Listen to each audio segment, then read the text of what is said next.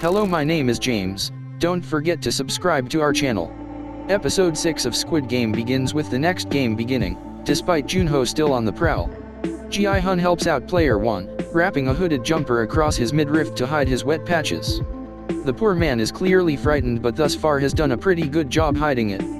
However, that fear comes back in big waves as the doctor and the corrupt guards are shown hung in the stairwell for the remaining players to see. This is a warning that those trying to gain an unfair advantage will be punished, and boy do the players get the message. Meanwhile, Joon-Ho snaps photos of all the evidence in the archives.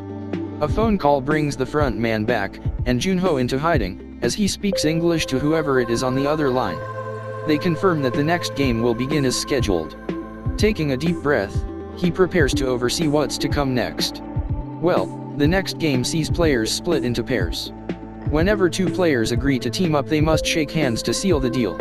Minyo is a wild card here, with Sang-woo and Gi-Hun both reluctant to take her on. In fact, everyone is by in the end of this 10-minute time limit, she's left kicking and screaming as guards take her away.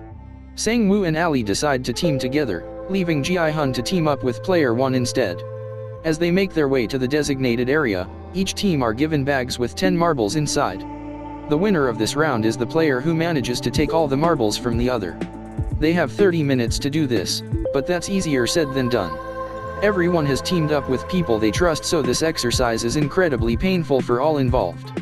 While everyone gets to work playing a series of different games, player 001 refuses to indulge in this and decides he's going to try and find his house instead, given this area is designed to look exactly like his old neighborhood.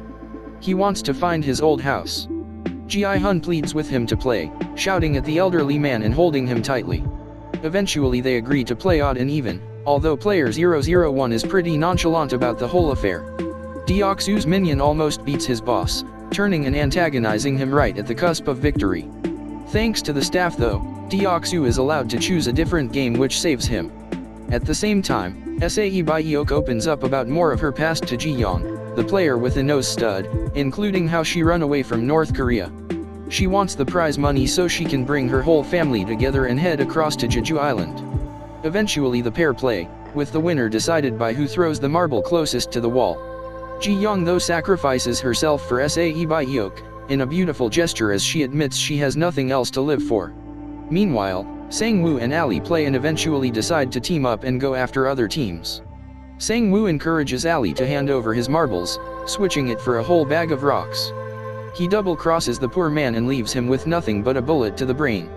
As the time runs out, gunshots echo across the area. Gi-Hun loses his patience with the old man, leading to the pair talking outside player 1's old house.